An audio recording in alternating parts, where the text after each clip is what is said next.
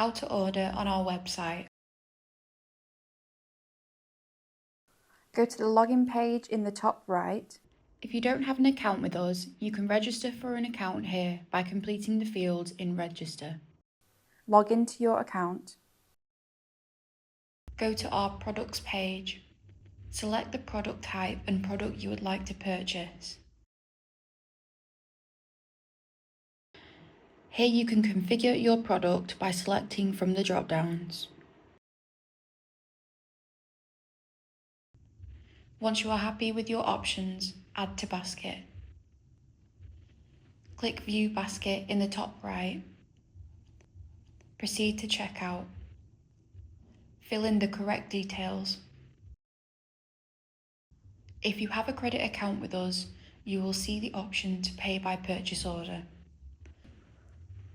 You can request a credit account by filling out our credit account request form on the accounts page.